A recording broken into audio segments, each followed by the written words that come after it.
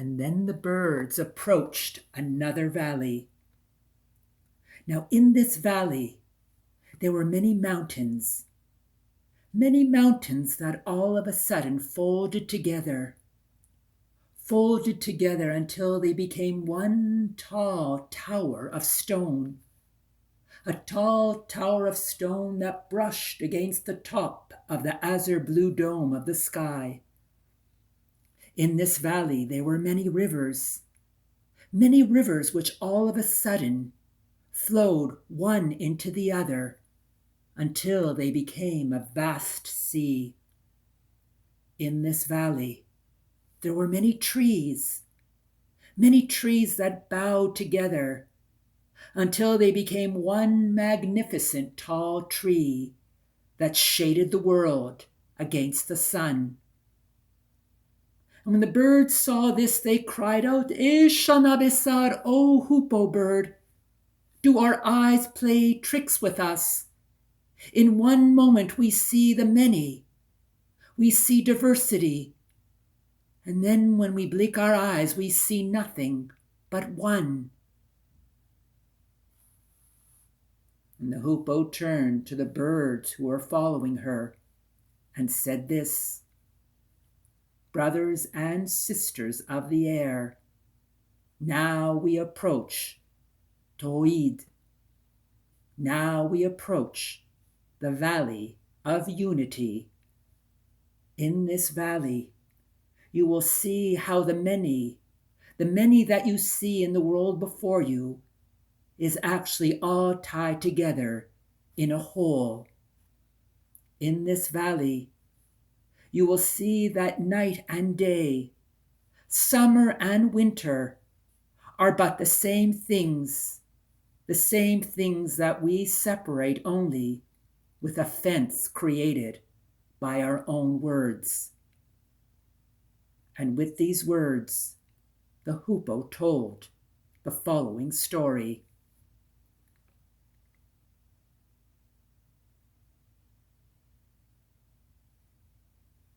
Once there were two newlyweds who walked along the length of a river where there were rapids. They were walking right at the beginning of spring, and by the banks of that river there was still some melting snow.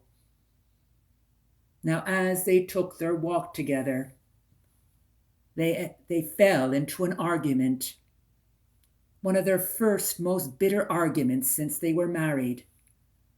And in that argument, tears and sharp words were tossed one to the other like shards of glass. She walked away from her spouse, wondering how she would spend the rest of her life with this man. And he walked away from her, feeling deeply betrayed. But once he turned his back to her, and once she came closer to the river, he suddenly heard a terrible cry, "Help me! Help me!"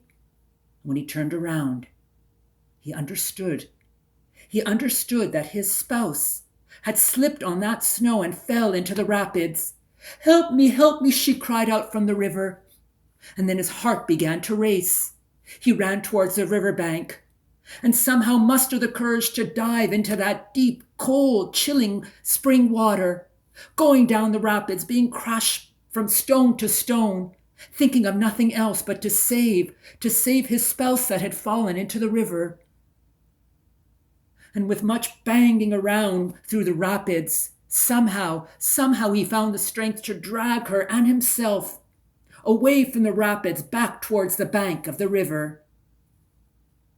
And there they were safely on the bank of the river, their clothes and their hair dripping wet, each of them panting for breath. And then she turned to him and she said, "My love, what did you do? The river was about only to take me away, but you jumping it would mean 2 lives would be lost. How could you lose your mind and risk everything to jump into these rapids where both me and you could possibly have perished. And then he turned to her and said this, "My love, I remember the first moment that I looked upon you. And I remember I was so overcome with shyness, I didn't even have the courage to approach you, didn't even have the courage to greet you. And I remember at that time, my shyness was what came between me and you. And then finally the day came when I had the courage to greet you, and then began our courtship. And during that time, I chose my words so carefully, for I was so afraid I would say the wrong thing and you would walk away from me. And during that courtship, our words of politeness was another gate that came between me and you. And then finally, we were married. In the first couple of weeks of our marriage, I began to notice many habits about you that somehow began to tap on my nerves. And the same was for you, I am sure, no doubt. And during that time, we got to know each other's in-laws. And then the annoyance we didn't expect was yet another fence that came between me and you. And then as the weeks passed, each of us saw a wrongdoing that the other did. And we started playing the game of me and you. And how that game of me and you was yet another fence that came between us. But just at that moment when I saw you fall into the river, being taken away by the rapids, at that moment I forgot all the fences, all the boundaries we kept between us, and I dived into the river, for in my heart I wanted nothing other to perish if that was your fate as well. And in that moment, I understood that we were one after all, that together we were one bright flame that chased away the dark loneliness of the world.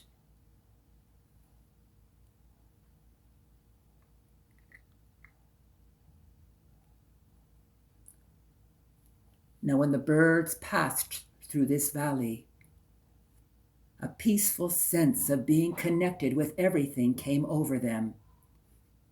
And in their hearts they said to themselves again and again, "Now all our trials have passed. Now all our trials have passed."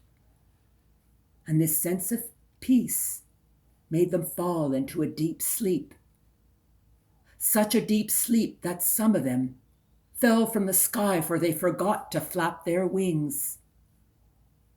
And so those birds could not continue on this journey. But the birds who were able to remain awake and at the same time feel connected with everything in unity, those birds were able to continue to follow the hoopoe bird as she flew across the azure blue sky.